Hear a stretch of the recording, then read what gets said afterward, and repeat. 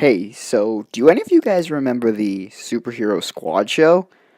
If you don't, I'll fill you in. It was pretty much a old Marvel cartoon show with a lot of Marvel characters, like pretty much a whole lot of the comic book characters, and it was a pretty funny show. It went on for a little while, and yeah, today we're gonna be looking at the TCG for the Superhero Squad show.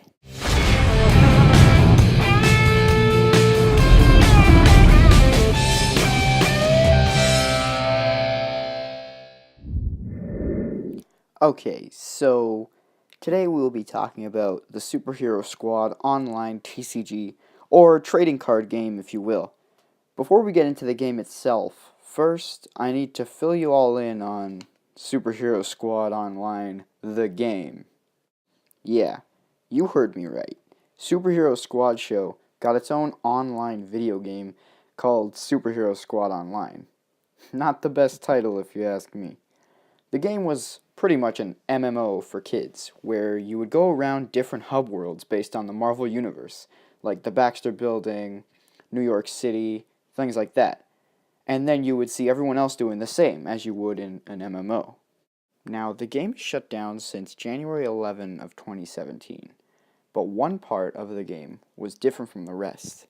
One part got quite a bit of merchandise, the TCG. The TCG was a mode in the game that you could play and verse other people or computers.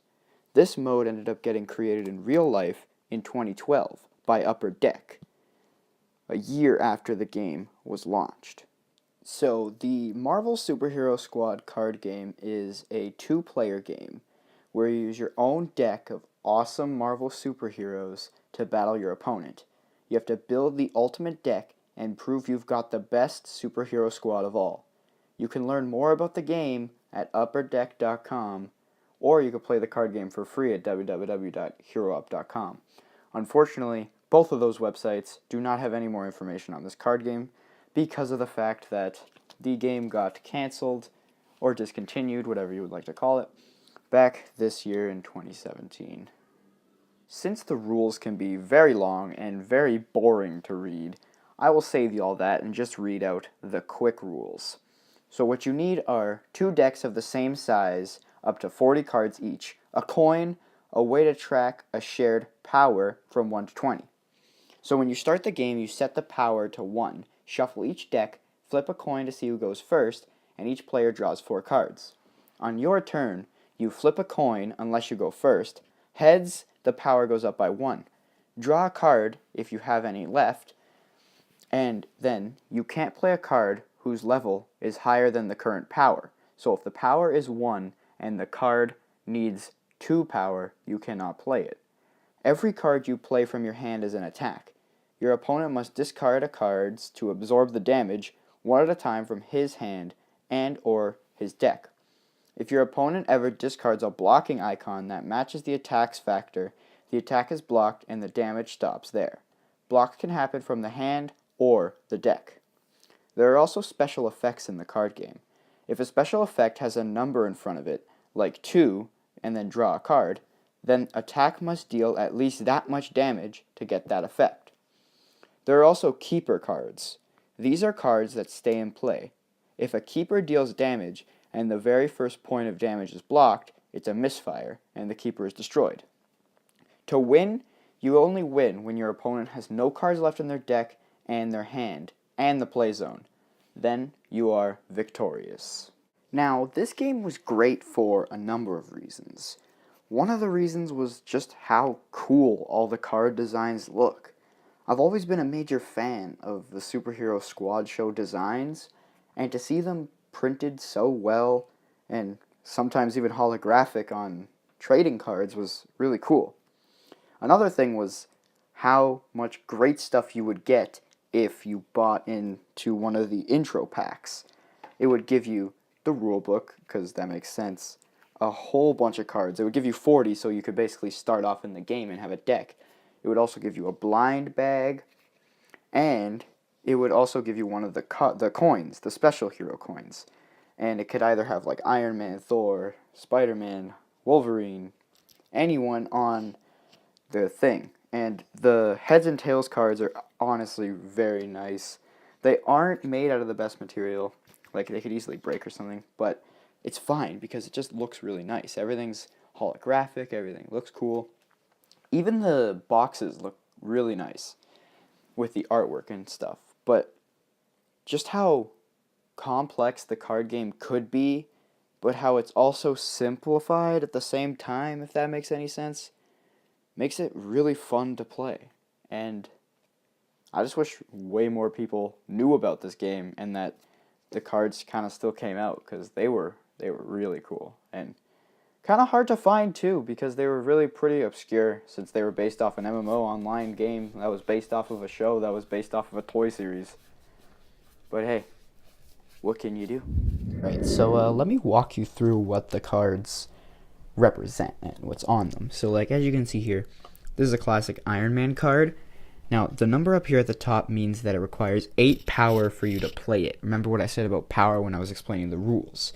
This picture right here shows that you are playing down Iron Man, which basically that's for the game, because the game, everything would act out in 3D. This shows how much damage it's going to do.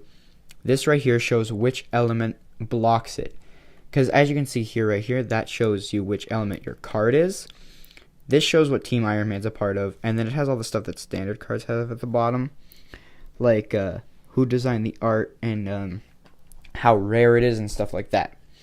Now this Iron Man's a 3-star, and it's a holographic Iron Man, does 12 damage, which is pretty good. So yeah, we also got a card here that requires 1 power, which means you can play it at the beginning of the game, and it's a keeper. And Iron Man would be a good card to block against this one, because it's the right element. So as you can see here, though, this card has a code at the bottom, which was another great thing that the trading card game did.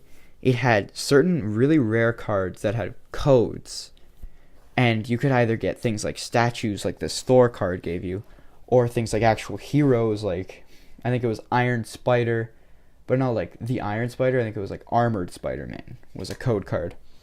So here are other cards from the other attributes, which this was Animal. This, I believe, was Armor.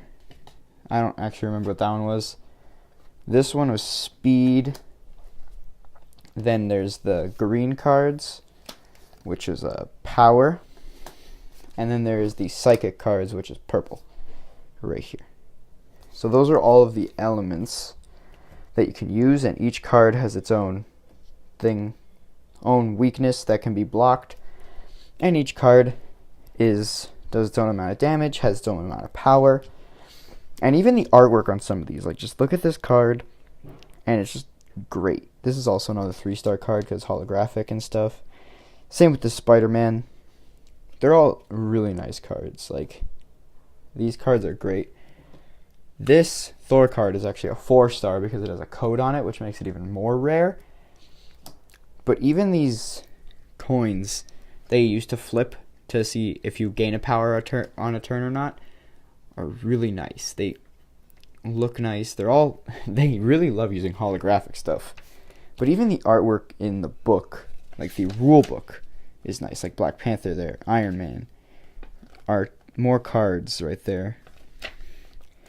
They had so much merchandise for this. They had a lot of these packs that came with a full deck of 40 cards.